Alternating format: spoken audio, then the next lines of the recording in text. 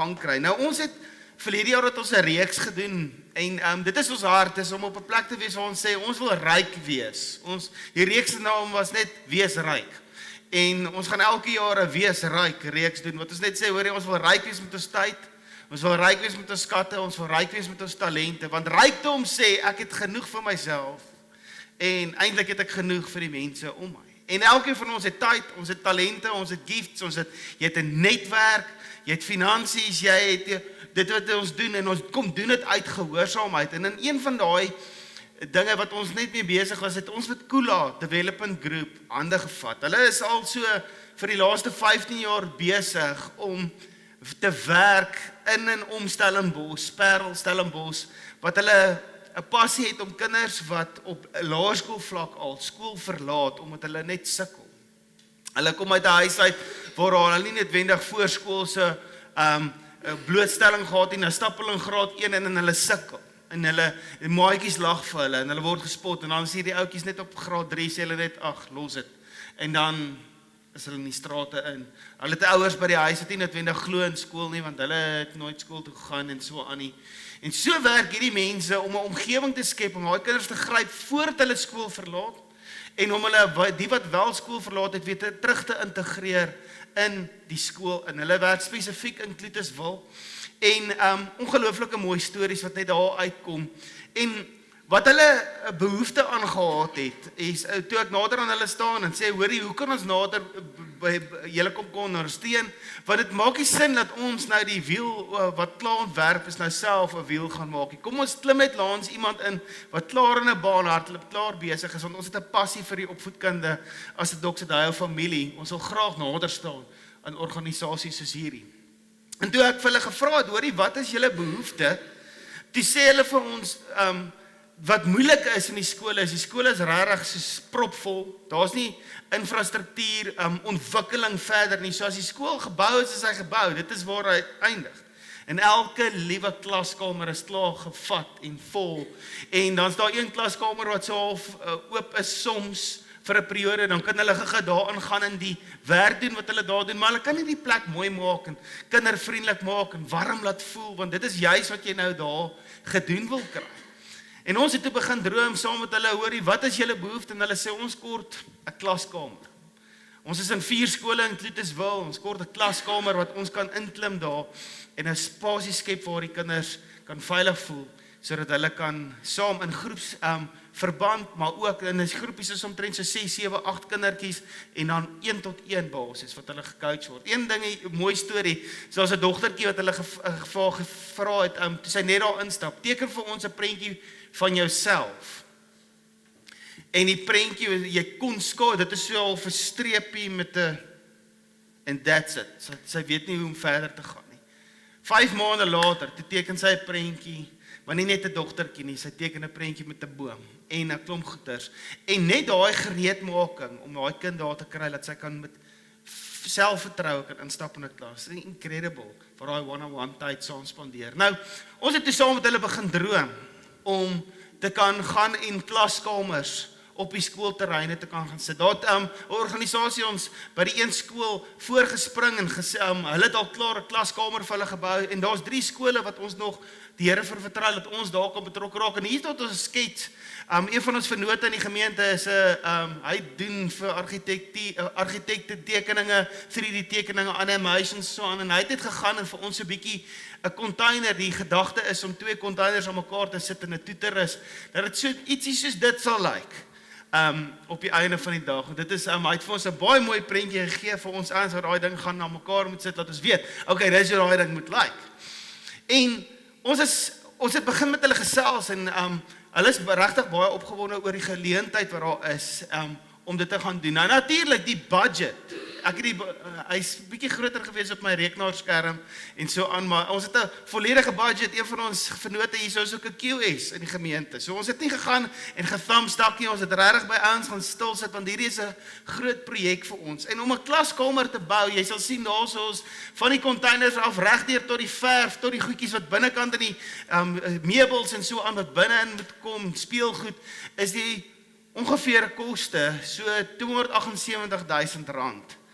om 'n klaskamer te bou. Dit is nou 2 containers wat ons dan aan mekaar sit en so voort. Kom ons rond hom af na R280,000.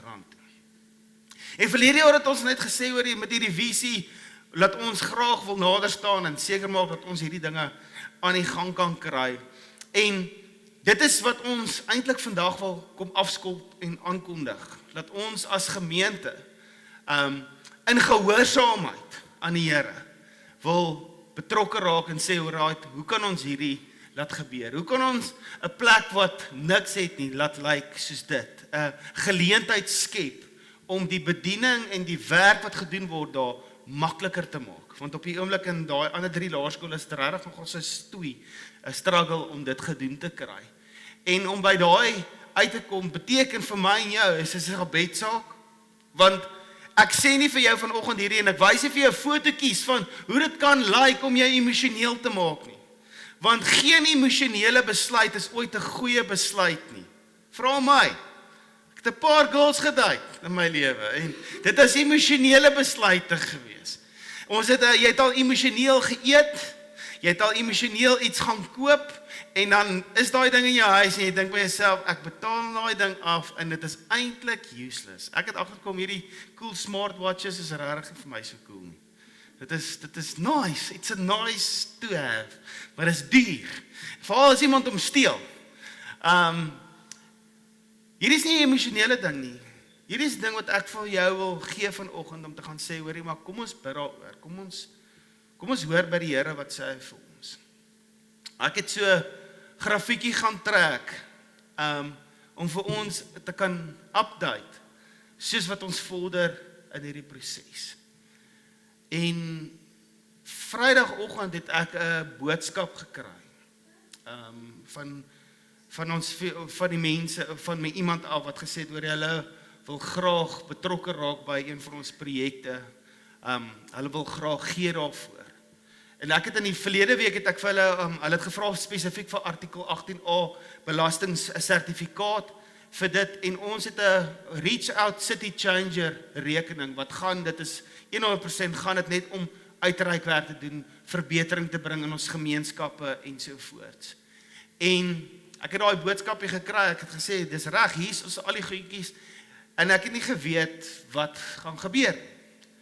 En Vrydagoggend toe kry ek die boodskap dat daar R207,000 inbetaal is en ons het nog nie gepraat oor hierdie projek nie. Ek sê vir die persoon, hoorie, ek sê vir jou dankie, nie vir die geld nie, dankie vir jou gehoorsaamheid. Want die Here het voor ons uitgeloop en gesê, right, ek praat klaar met my kinders, ek is klaar besig, ek loop voor julle uit en ek het hulle harte klaar voorberei en hulle het net gesê, ons weet ons moet vir iets gee, vir 'n uitreikproses. Ons weet nie wat dit is nie, maar hulle gaan vanoggend hoor wat dit is. En daar is dit. So ons is so klein bietjie voor. En daar is nou geleentheid vir ons, die res van ons, om te sê, Here, praat met ons. Wat moet ons doen? Ons kort nog R73,000, dan kan ons eerste klaskamer is 'n konstruksie begin aan mekaar kry. Daai konstruksie gaan nie ge-outsource word nie. Ons het 'n baie bereidwillige groep mense. Ons het al klaar begin om 'n spannetjie bymekaar te sit wat so lank die beplanning gedoen het en so aan.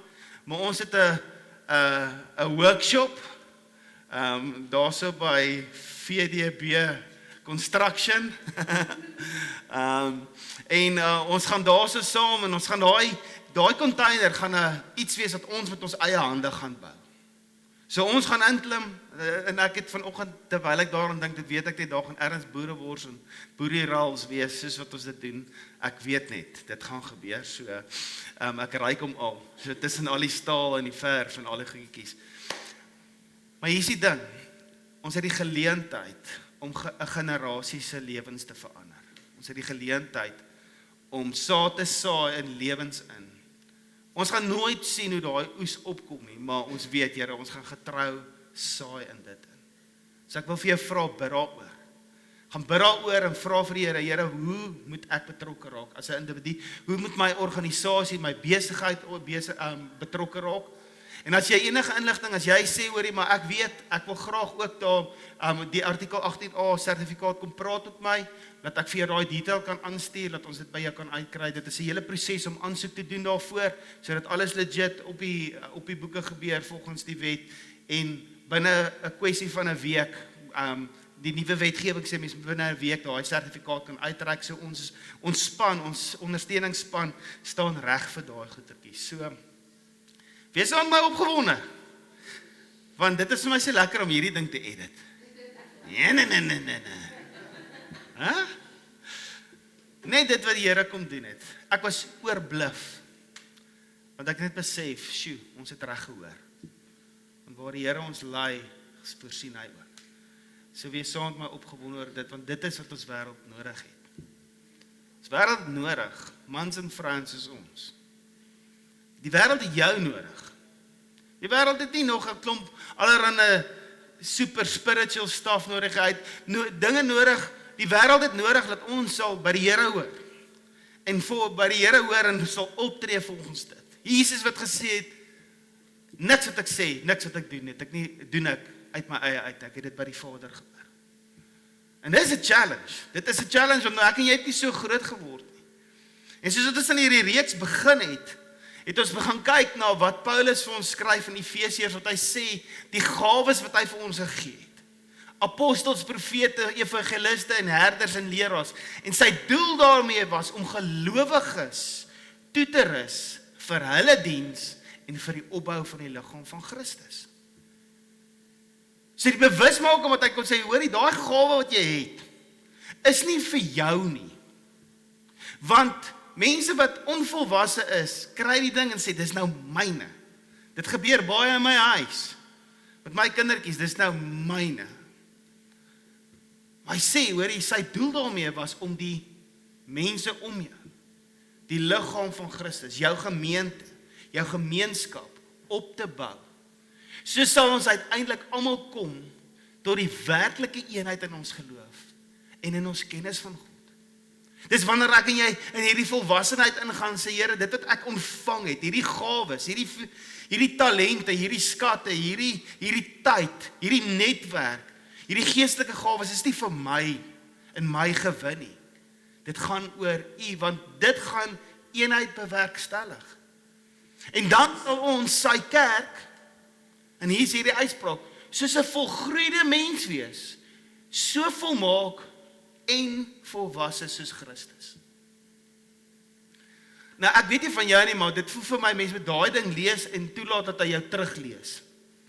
Om te besef, hoorie, maar die intensie wat die Here gehad het met sy gees, was dat ek en jy sal groei so volmaak, so volwasse soos Christus. Want dit is wat ons wêreld nodig het. Ons wêreld het nie nog 'n klomp goeders nodig wat superficial en geestelik lyk, maar niks doen nie. Sodat ons sal volmaak wees, volwasse soos Christus.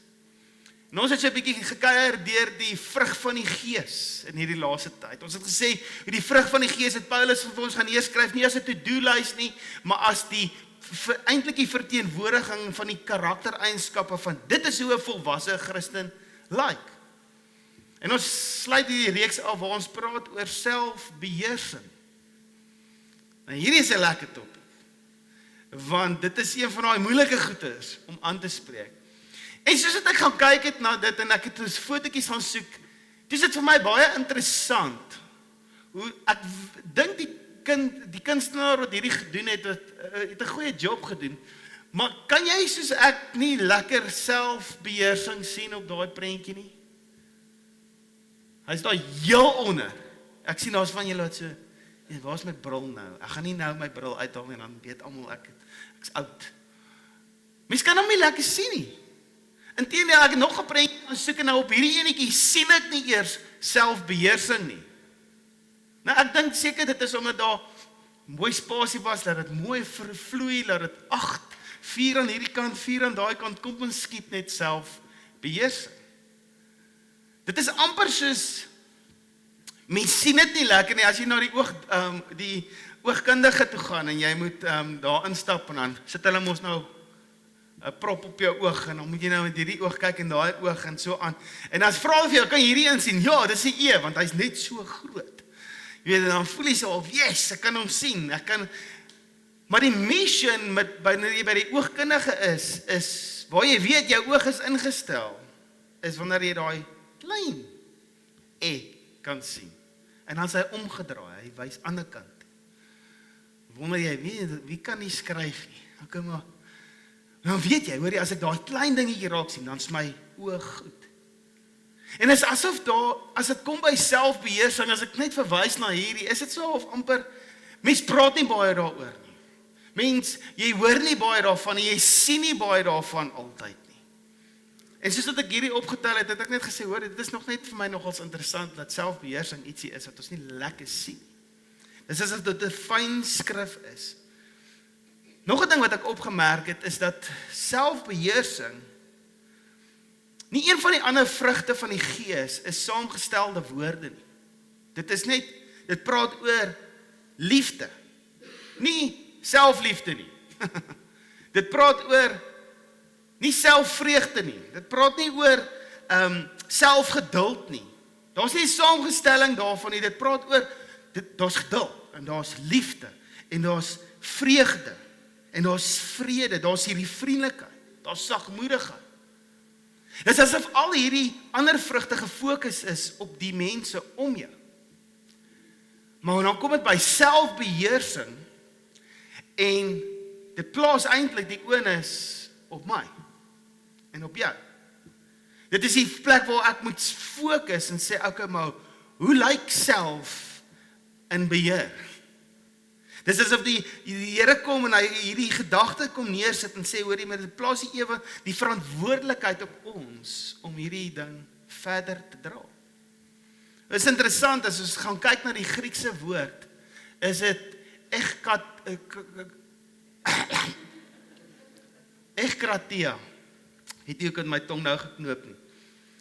Wat beteken, iemand wat die hinkering na iets bemeester het. Groot opsom. Daai hinkering, daai passies, daai essensiële aptyd wat daar is in ons mens, daai menslike begeertes, wat ons het. Ons almal het begeertes. En daai begeertes is nie noodwendig sleg nie. Maar hy sê, hoorie, wat dit beteken, dit is iemand wat die hinkering na iets kon bemeester het, en hy praat spesifiek oor passies, en dinge soos woede en liefde. Kyk, daar is een ding wat ons almal baie goed kan doen, ons is verskriklik lief, en verskriklik kwaad. Veral na gister se game, hè? Hoe verskriklik kwaad was jy nie op 'n stadion nie, frustreerd, en toe op 'n stadion verskriklik lief vir daai bokke. Nou, daai game, ek het nie meer na ons nie. Hierdie definisie was baie spesifiek gebruik om die aptyd rondom daardie tyd, daai essensiële aptyd vir kos, vir seksualiteit, vir drank en al daai tipe van goeders. Dit is baie spesifiek wat hierdie woord ekhartia voorgebruik is. Nou, hoekom is selfbeheersing so belangrik? Want almal het begeertes. En ons almal het 'n passie, en ons het almal passies, ons het almal aptyte. En ons het almal al die stelling dalk al gemaak, ek weet nie van jou nie, maar soos, ek het dit net verloor. Het jy dit al ooit gesê? Ek het net rooi gesien voor my. En toe ek vir my weer kry, toe lê hy. En ek staan met die koekeroller bo hom.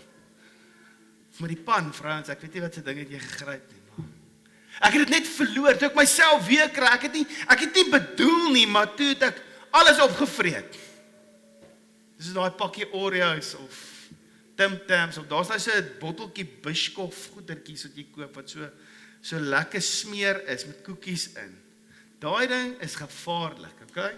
Soos wat Josef gedoen het, toe Potifar se vrou hom gekonner het, hardloop vir jou lewe. Want as daai Biscoff jy eers gryp, dan is dit verby. Dit is asof ek kon nie myself beheer nie, ek het dit net verloor. Dit is in ons advertensies, ek weet jy vir julle hierdie kan onthou nie, once you pop, you can't stop. Wie voel so oor Pringles? Dit voel vir my, as jy daai bottel oopmaak, moet jy hom klaarmaak. Huh? En as daar 'n tweede enetjie inkom, dan, dis ook oké. Dit is al deel van ons wêreld, want dit is al, hoorie, bederf jouself so bietjie. Bederf jouself, man. Jy verdien dit. En ek kan sien hom, ons is, ja, ek weet presies. Ek het dit net gister gedoen, toe ek al verby daai plek stap, en hulle het seker nuwe vlaaggoedertjies gebak. Toe vreet ek hulle almal op. Dis okay, bederf jouself, totdat jou liggaam uit beheer uit is. Dit is okay om, dis net bietjie geld, dis net 'n wit leentjie. Niemand sal dit agterkom. Totdat jou firma geaudit word, en haar vrae gevra word, dan is daar moeilikheid. Jy verdien dit om gelukkig te wees, jou lewe moet nie so wees nie, jy hoef nie saam met hom te bly nie. Jy verdien beter, girl, totdat die een saam met wie jy beheer verloor het, nie jou gade is nie. Dan is daar moeilikheid. Dis hoekom selfbeheersing so belangrik is. En wat as Paulus doelbewus selfbeheersing aan die einde van die lysie gesit het, gelei deur die Heilige Gees om te sê, daai enetjie sit jy laaste. Wat as dit die fynskrif is? Wat die intensie van die Here was, dat dit die fynskrif is, dat as jy hierdie ene mis, dan gaan jy nie lekker kan fokus op die ander nie. Want imagine net, hoe lyk dit in ons wêreld? As jy al die vrugte van die Gees lewe, maar jy het nie self beheersing nie. Wat doen dit aan ons getuienis? Presies daai. Wanneer jy geoudit word, dan staan moeilikheid. As jy jouself weer kry, dan het hierdie verhouding te ver gegaan, en hierdie ander persoon is nie my gade nie. Dan het ek myself laat gaan, en ek het fisies gesondheidsmoeilikheid. Ek weet nie van jou nie, maar hierdie is seker een van die moeilikste dinge om te gesels. Om reg te kry in ons lewens. En ek weet, glo vir my, hoekom is hierdie die moeilikste ene? Die rede daarvoor is, daar's 'n oorlog om ons aan die gang. En ons weet dit, in die Gees is daar 'n oorlog aan die gang. Daar's in ons binneste 'n oorlog aan die gang, as dit kom by my vlees en die Gees. My begeertes en die Here se begeertes. Daar's hierdie tension, as dit kom by daai dinge. Paulus skryf daaroor in Galasiërs 5, en hy sê dit so, hy sê, 'n mens se sondige geaardheid, daai vlees, wil dinge doen wat teen die Gees is. En die Gees wil dinge doen wat teen jou sondige geaardheid is. Want hulle is mekaar se vyande. So daar's 'n oorlog. Julle kan dis nie sommer maar net alles doen wat julle wil nie. Maar as julle deur die Gees gelei word, is die wet nie meer julle baas. As hy praat van daai wet, is dit daai wet van, jy weet, jy is nou, jy moet nou doen, en dan is jy reg. As ek en jy gelei word deur die Gees, is daai wet nie meer ons baas nie. Is daai reg en verkeerd, is ek reg by die Here, is ek nog reg by die Here, is ek nog reg by die Here, is nie meer van toepassing op ons lewens nie. En hy kom sê, hier's 'n oorlog. Hy praat later in Galasiërs 6, praat hy van die wapenrusting, en hy sê, ons stryd is nie teen vlees en bloed nie, maar teen die bose magte, teen die Gees, die geestelike riekelm, maar die vyand is besig met 'n klomp goeders. En wat is die vyand se nommer 1 strategie in my en jou lewe, wat dit selfbeheersing so moeilik maak? Dis hierdie eenvoudige een woordjie, en ons almal ken hom. Versoeking. Versoekings. Versoeking is die ding wat veroorsaak dat ons beheer verloor, want ons almal is al versoek met iets. En dan het ons ja gesê vir daai iets, en dan het ons beheer verloor. Ons het eintlik nie beheer verloor nie, ons het beheer weggegee oor ons lewens, wanneer ons val vir 'n versoeking. En weet julle wat? Die vyand se strategie het nog nooit verander nie. Weet jy hoekom? Want dit werk nog steeds. En ek wil graag saam met jou kuier vanoggend rondom hierdie versoeking en wat is die wortel van versoeking in die menselewe sodat ons hierdie ding mooi kan verstaan van dit wat die Here kom doen het vir ons sodat ons kan lewe in die volheid van sy koninkryk. En ek weet jy gaan vir my sê jy verstaan nie. Ek kan dit nie help nie. Ek het al probeer stop met hierdie goeters. Dus ek nie ek weet. Ek verstaan tipe van. As ons kyk na Jesus se lewe en hoe versoekings oor sy pad gekom het en gee dit vir ons eintlik die antwoord van waar die wortel lê van vir my en jou om die versoekings in hierdie lewe aan te spreek. Nou daar is sekere godsdienstige filosofiese antwoorde wat ons kan wat ons by mekaar kan sit en kan gesels daaroor, maar wat ek weer vertrou vanoggend is dat jou hart sal oop wees vir dit wat die Here net wil kom vasmaak in jou. Maar Paulus skryf in Romeine 12, vernuwe jou gedagtes daagliks. Want ons 'n ding wat ons oordink rondom as dit kom by sonde, versoekings, al daai dinge wat ek dink 'n spanning veroorsaak en ons weet nie hoe om daai spanning op te los nie. Dit is amper soos om 'n puzzle te bou. Het jy al ooit 'n puzzle gebou? Dan kom jy by die einde van daai ding, dan's daar een stukkie. En daai baby gaan nooit in daai gat inpas. En as dit asof jy agterkom, okay, maar I like heel okay, hy's so klein bietjie nie belei nie, maar hierdie stukkie moet ergens kom. Dan kom jy agter. Jy het ergens verkeerd gebou. En laat daar 'n ander blokkie of 'n stukkie van die puzzle op ergens ingesqueeze is. Jy het gedink hy pas daar, maar hy doen nie. En dit is dieselfde wat na ons gaan en sekere dinge wat in die Bybel staan, teologies vat en aan mekaar sit wat nooit bedoel was om aan mekaar gesit te wees. Nou ek weet, dit wat ek met jou nou gaan deel, gaan dalk vir jou die eerste keer wees wat jy daaroor dink of hoor. Dalk het jy daaroor gedink, jy het net nog nie geweet hoe om dit te verwoord nie. Maar ek dink ons doen dit baie keer met die Bybel, wanneer ons dinge aan mekaar sit wat nie hoort by mekaar nie. En een van daai dinge is ons natuur en die feit dat ons sonde doen. Een van daai dinge wat nie by mekaar pas nie is ons natuur en wanneer ons sonde doen en as ons dit teologies aan mekaar sit, dan sit ons dinge by mekaar wat die Here nooit by mekaar wou gehad het nie. En dit maak veroorsaak dat ons eintlik minder duidelikheid het oor die situasie. Dit raak confusing. Het jy al ooit so gesprek gehad dat jy net dink, man, hierdie is kompleks. Dit kan in 7 rigtings in hardloop. Ek dink dit is die Here se intensie gewees en dit is ongelukkig die fout wat ons maak. Is ons sit sekere dinge aan mekaar wat ons nie moet by mekaar sit nie. Ek wil graag vir die volgende lees. Ons het in ons City Changers Equipping Program, CCEP, wat so tipe van ons 'n klein Bybelskool is wat ons ran as gemeente. Dis 'n 2-jaar proses en ons is besig om in die volgende seisoen weer inskrywings te vat vir volgende jaar wat jy kan deel raak daarvan. Maar hoor net hierso, die volgende wat net geskryf het, staan daarso wat net so goed is. Hy sê when we link things together theologically that God never intended to be joined together, we confuse rather than clarify a whole lot of things. For example, when we connect predestination to salvation, it causes no end of confusion when we engage in discussions on the sovereignty of God and the significance of the role of human choice.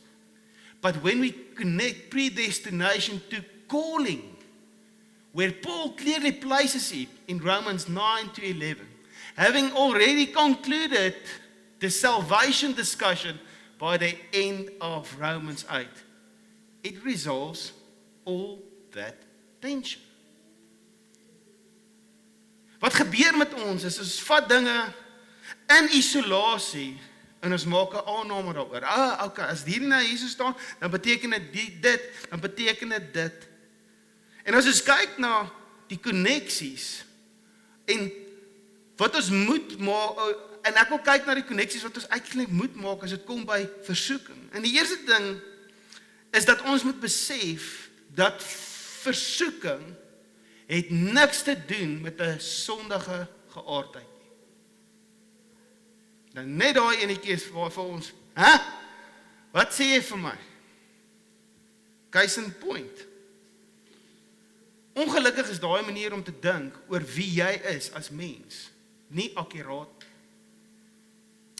Jesus was heeltemal sondevry en hy het versoeking beleef. Daar's 'n ding wat vir ons gesê is, dit is as gevolg van jou sondige geaardheid dat jy versoeking beleef. O mens, wie is ek? Maar as ons gaan kyk daarna, die koneksie wat ons daaraan maak, is nie akkuraat nie, want Jesus is sondevry en hy het versoeking beleef. Adam en Eva, in die beeld van God geskape, sondevry, vlekkeloos, naak voor die Here, het versoeking beleef. En sonde het eers in die wêreld ingekom toe hulle ja gesê het vir die versoeking. Jesus inteendeel het gesê nee vir die versoeking. Want hy het verstaan, hoor jy, ek gaan nie toegee tot hierdie ding nie. So die versoeking is nie sonde nie. Die toegee tot die versoeking is waar die probleem inkom in ons lewens. En die probleem is, as ons anders te dink oor onsself, ja, ek word versoek want dit is maar net, ek is 'n sondige skepsel. Dan moet dit eintlik natuurlik wees vir my en jou om net te sê, ja, kom ek sê ja vir die versoeking. Hoekom is daar dan hierdie tension? Want ons weet, dit is nie eintlik wie ons is nie. Ek en jy is nie egbrekers nie. Klaar. Hoekom nie? Want dit is nie hoe die Here ons gemaak het nie.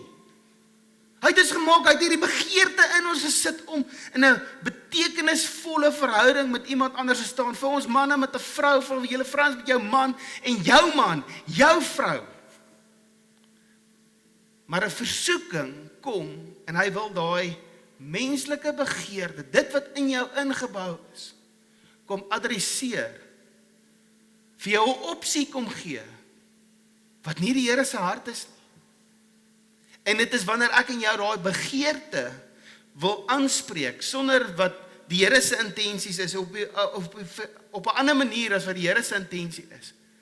Dit is waar ons dan die pyn en die skaamte en die seer beleef as gevolg van dit. As ons verstaan dat versoeking en sondige natuur of dit wat ons nou gelees het, dat ek kom net daar so weer kry, ons sondige geaardheid. As ons daai twee van mekaar kan skei, en besef dat hulle nie by mekaar pas nie, soos daai puzzeltjie, dan los dit 'n groot deel van die gesprek, die tension wat ek en jy beleef, op, dan stap ons weg van daai gesprek af. Want hier is die ding. Daarom, as iemand in Christus is hy 'n nuwe skepsel. Die ou ding het verbygegaan. Dit het alles nuut geword.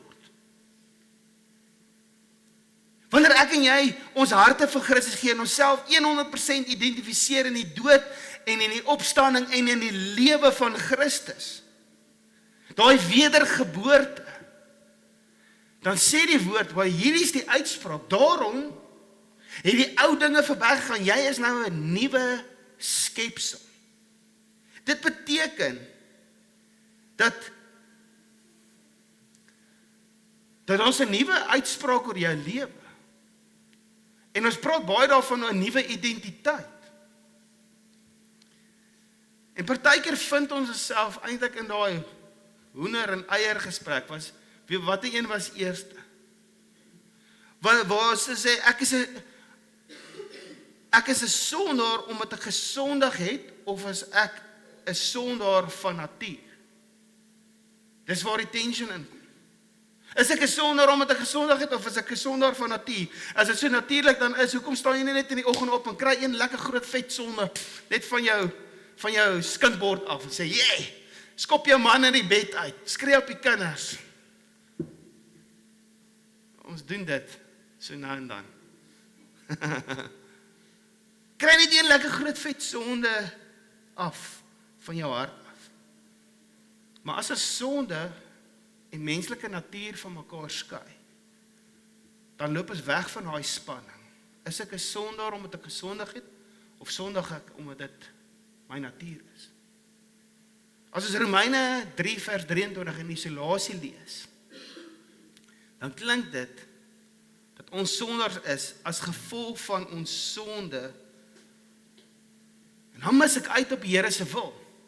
Dan sluit ek myself uit van wat God se intensie is. En dan is daar Romeine 5 vers 17 wat sê, as gevolg van een mens, Adam, het sonde in hierdie wêreld ingekom, en dit is nou maar net so dit sit jy eintlik op 'n plek waar jy begin dink, hoorie, maar ek is eintlik in hierdie posisie geplaas, nie deur myself nie, maar nou is ek oorgelaat aan sonde, want sonde het in hierdie wêreld ingekom, en ek kan nie daarmee deel nie, en duidelik is dit my natuur, so dit is nou, so wat is hierdie struggle? As jy twee van mekaar skei, en kyk na wat dit regtig is, dan gaan ons verstaan wat die verskil is tussen sondige geaardheid en menslike begeertes, menslike geaardheid. Jesus het met sy versoeking, hy's net gedoop, staan uit die water uit op, die Here het net 'n uitspraak vir al daai mense gemaak oor, hierdie is my seun in wie ek 'n welbehae het, my geliefde seun. En net daarna gaan Jesus nou, lei die Heilige Gees om in versoekinge. Ek kan net dink, Jesus is op, okay, ek het nou die Heilige Gees ontvang, ek weet, hoekom moet ek nou nog deur versoeking gaan? Here, wat gaan aan hier? So, Vader, hoekom moet ek myself nou bewys? En ek dink nie, dit is die Here se intensie nie. Nou, die identiteit van Jesus was klaar vasgemaak, seun van God. Jy sien, die feit dat hy versoeking beleef het niks te doen gehad met sy menslike natuur. Inteendeel, die vyand het geweet wat die waarheid is oor wie hy is. En die vyand het nie eens Jesus se identiteit bevraagteken eintlik nie. Sy versoeking het gegaan oor om te sê, Jesus, nou dat jy hierdie posisie van mag het, hierdie identiteit het, die seun van God, gaan jy daai posisie gebruik om jou eie begeertes aan te spreek? Gaan jy daai posisie van jou gebruik om te sê, hoorie, maar ek gaan dit wat vir my persoonlik bevoordeel, ek gaan dit bewerkstellig. As jy gaan kyk na die versoekings wat Jesus gehad het, was elkeen van hulle gegaan oor, Jesus, gaan jy hierdie posisie van krag gebruik vir jou eie gewin? En daar is die wortel van versoeking. Versoeking gaan altyd oor die eie ek. En gaan ek my posisie, hierdie geleentheid gebruik om myself te bevoordeel. Nou, hoekom? Ons is dan gebore, nou omdat ek en jy is nie sondeloos gebore nie. Want ons is in 'n gevalle toestand in hierdie wêreld ingestap. En die rede daarvoor, hoekom, is die kennis van goed en kwaad. It's amazing, soos wat die mens jou lewe begin uitfigure en jou plek in die wêreld vind en agterkom, hoorie, as ek hierdie doen, het dit die effek op die mense om my. Dit is so, en ek sien dit in my kinders, van dat hulle baie klein is, hoe daai goedjies gebeur, ek vind my plekkie in hierdie wêreld, en dan maak ons selfsugtige besluite, wat net vir ons bevoordeel.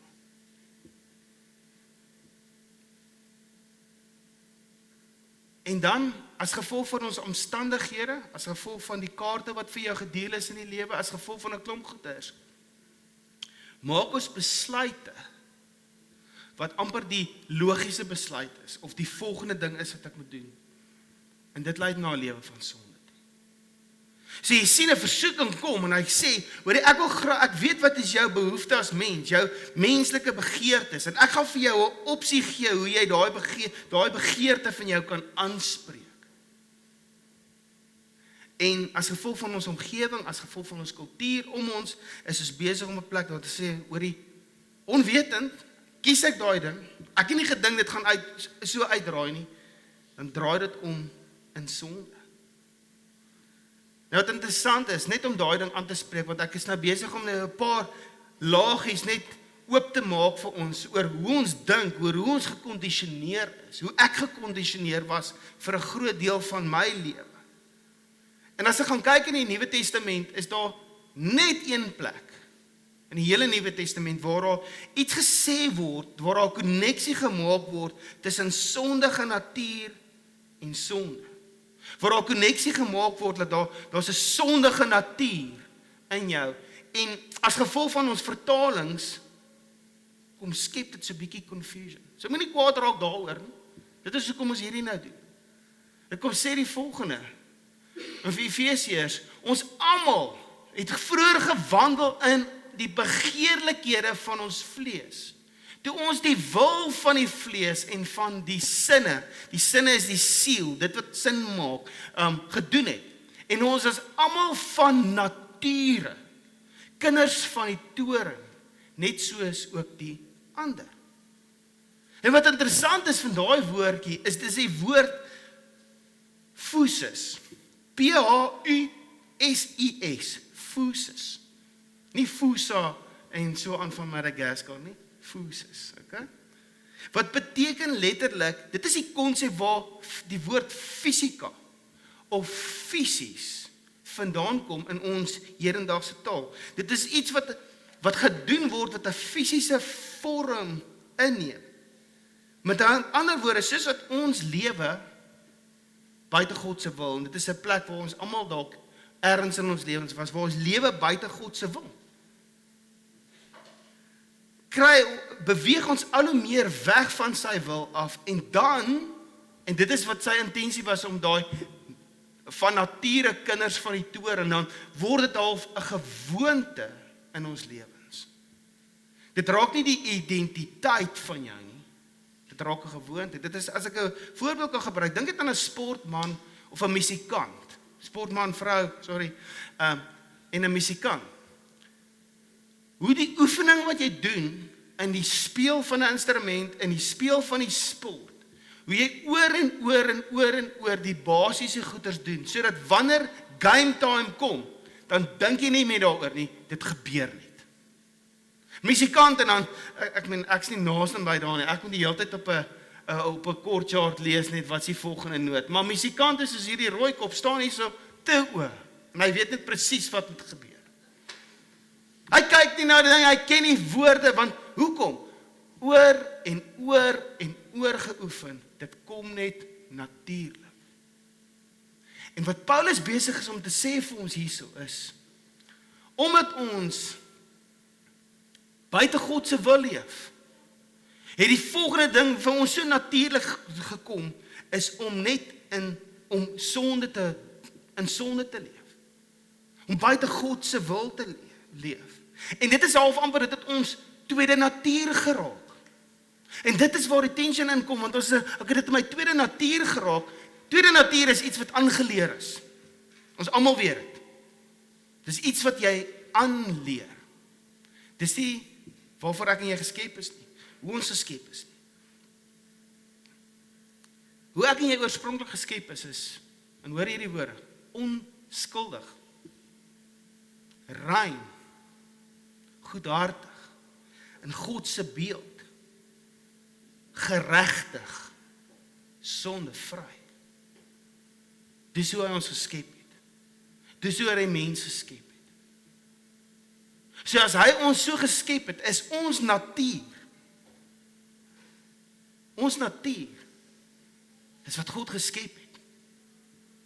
Die versoekings in hierdie lewe, is die dinge wat ons vat en ons leer, 'n tweede natuur aanleer.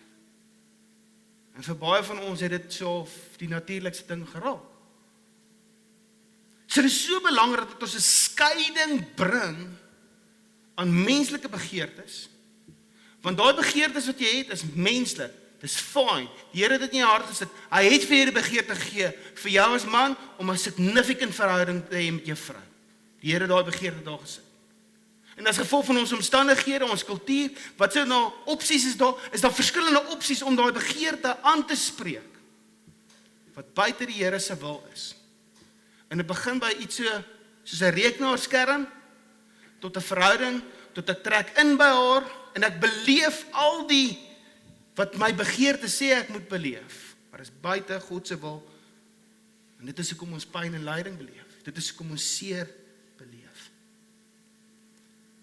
As ons die aanname maak, dat ons van nature sondaars is, en dit is die natuurlikste ding om te doen, dan ten spyte van die Jesus se kruisdood,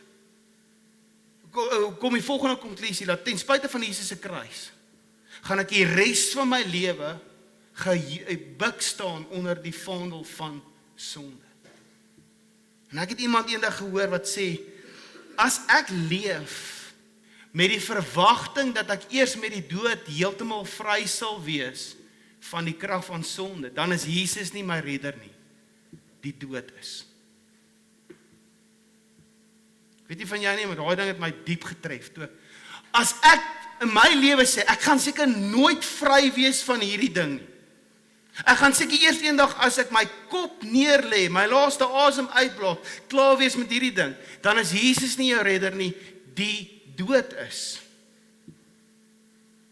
Kan jy sien hoe belangrik dit is dat ons nie goeders aan mekaar moet sit wat nie by mekaar hoort nie.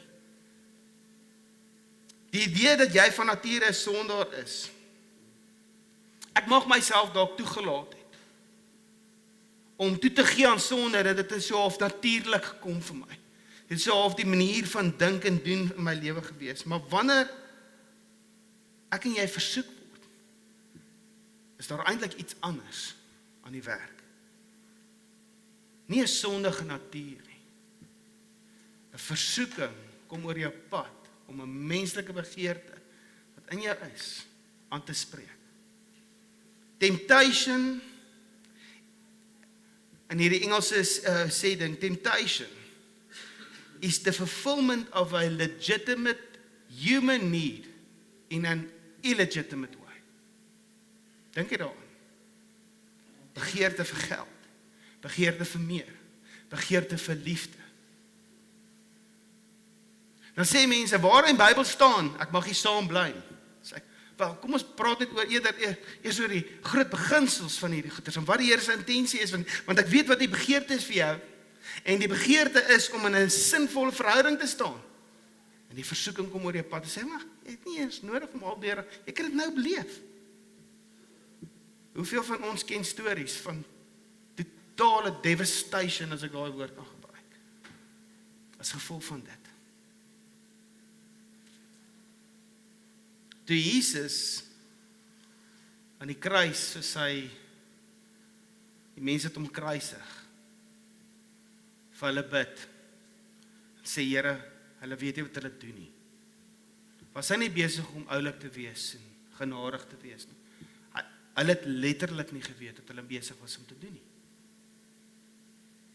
Want in die desperaatheid vir hulle bestaan, in die desperaatheid om hulle bestaan te verdedig, was die enigste logiese ding vir daai fariseërs om te doen, is om vir Jesus te kruisig. Want hy's 'n bedreiging vir ons. As hulle by die Here ingetap het en gesê het, Vader, wat gaan hier dan? Want ons kan duidelik sien, hierdie ou doen dinge op 'n ander manier. Wat is u mee besig? Versoekings. Ek dink dit is vir, wanneer ek en jy verstaan, ons is 'n nuwe skepsel in Christus. Hoekom is sonde dan nog in die pakkie? Dit is amper soos 'n swemmer, ek weet, vir my en jou, ons moet asemhaal. En as 'n swemmer so 'n bietjie min asemhaal en raak moeg en begin bubbles up en al daai tipe van goeder, dan het hulle 'n lewensredder nodig om hulle te kom help. Maar elke lewensredder weet net so goed soos die volgende ene. Iemand wat besig is om te verdrink, is 'n potensiële moordenaar. So jy moet daai ou van 'n angle af inkom en hom op die regte manier vat, sodat sy kop bo die water bly, want anders versuip hy jou. In die desperaatheid vir suurstof sal daai swemmer, of die persoon wat besig is om te verdrink, jou onder die water druk en jou gebruik as 'n floating device. Ek dink dieselfde prentjie kan ons vat na die mensdom toe. Ons is so desperaat vir hierdie suurstof in verhouding met God, die betekenis van die lewe, dat ons na enigiets sal gryp wat ons net sal laat float deur die lewe, sodat ons kan aanhou asemhaal. Wanneer ek en jy 'n plaasvervanger gebruik om ons behoeftes aan te spreek, dan juist dan kom ons agter oor ek het eintlik nou seer. As jy so groot behoefte het en begeerte het jy agtergekom, jy sal goeie raad ignoreer. Want jy het jou, dis wat ek wil hê, en dis wat ek gaan kry. Ons het liedjies daaroor. Al slaan jou ma my 3 maal op my kop. Dan staan ek op, dan kom ek weer. Ek gaan vir jou kry. Jy sal goeie raad ignoreer. Dit is so belangrik dat ons mooi verstaan wat is die verskil tussen sonde en versoeking. En dat die feit dat jy versoeking beleef, sê nie jy is sondig nie. Die toegee tot die versoeking veroorsaak sonde in jou lewe. Jy het nie 'n sondige natuur nie. Dit het dalk 'n tweede natuur in jou lewe geraak, en soos wat ons gedrag hier aangeleer het, almal weer daarvan, 'n snaakse gewoontetjie, jy eet van elke nou en dan so, dan tweede natuur, en dan moet jy dit afleer. Dit is presies die journey wat ek en jy in is. As dit kom, die sleutel tot wandel in die gees, lê oor waar jou fokus is. Op self, eie begeertes, of op die Here, wat is u wil vir my lewe? Wat is u wil in hierdie situasie? Hier kom 'n ding oor my pad, wat's die waarheid oor hierdie ding? Wat gaan hy van my afsteel? En hoor hierdie belofte. Maar God is getrou, wat nie sal toelaat dat julle bo julle kragte versoek word nie. Maar hy sal saam met die versoeking ook 'n uitkoms gee. Die Here weet, hierdie is nie die eerste keer wat hierdie ding gebeur nie. Jy is nie alleen nie. Maar God is getrou. Wat hy daarso eintlik vir jou sê, is hy sal nie toelaat dat jy bo jou kragte versoek word nie. Wat sê hy van jou? Jou identiteit is kragtig. Jy het vermoë. En selfbeheersing kom in wanneer ek en jy doelbewus kies om hom te volg. Elke versoeking wat ek in my lewe al beleef het, daar was elke keer vir daai ding 'n uitweg tot iets anders. Ek hoef nie toe te gegee tot daai ding. Elke keer was daar iets anders. En dit is wat ons wêreld nodig het. Mans en vrouens soos ek en jy, wat op 'n plek is wat sê, Here, ek gaan nie meer die verskoning hê van, dit is nou maar net hoe ek is, wie ek is. Ek is nou maar net die kaartige deel van die lewe en ek's 'n victim nie. Wat 'n versoeking sê van jou identiteit is, die vyand weet presies wie jy is. So dit sê iets van jou identiteit. Dit sê iets van jou. Dit sê iets van die krag wat die Here binne in jou geplaas het. En as jy kan begin sien dat versoekings is net versoekings, is net sonde wanneer dit oor jou pad kom. Wanneer 'n versoeking oor jou pad kom, dit is hoekom Jakobus skryf, wees bly as versoekings oor jou pad kom. Want dit sê iets van jou. Wees bly as daar goeders oor jou pad kom, want nou het jy die geleentheid om uitweg te wys. Dit is wat ons wêreld nodig het. Mans en vrouens wat vir ons wêreld kom wys. Hoorie, jy hoef nie te submit tot die versoeking wat die lewe vir jou kom gee nie. Jy hoef nie in te gee tot daai ding nie. Daar's soveel meer.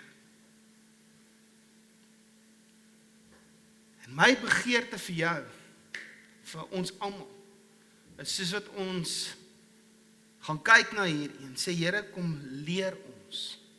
Hoe lyk vreugde? Hoe lyk liefde? Hoe lyk goedheid, sagmoedigheid, deernis? Hoe lyk selfbeheersing? Dat ons op daai plek sal kom, wat ons in eenheid sal groei. Dat ons hierdie gifts, hierdie gawes, hierdie geskenke wat ons van die Here af ontvang, soos hierdie, om te leer, om te sê, nee te sê vir 'n versoeking, dat jy dit sal gaan uitdeel vir die mense om jou en sê, hoorie, kom ek vertel jy gou my storie. Kom ek vertel jy gou hoe het ek hierdie ding oorwin. Daar is 'n gawe wat die Here vir jou gaan gee het. En hoekom? Wat wil hy daarmee doen? Die liggaam van Christus opbou. Dis hoekom hierdie dinge gebeur. Wat ons wêreld nodig het, is ek en jy. Wat Jesus halhartig liefvolg. alles. En hom bekend maak in ons wêreld. Dis wat ons wêreld nodig het. Ek wil graag saam met jou bid. Soos dit ons afsluit vanoggend. En ek wil net begin. Vader, dankie. Dankie dat U die beeld van ons kom herstel het. Dat ons is nie oorgegee aan 'n lewe van sonde nie. Hoe U ons geskep het is om in verhouding met U te staan. Ons natuur is onskuldig en geregtig in Christus. Maar tog sukkel ons elkeen met die versoekings wat in ons lewens inkom, Vader. Here, help ons om die versoekings raak te sien vir wat hulle werklik is.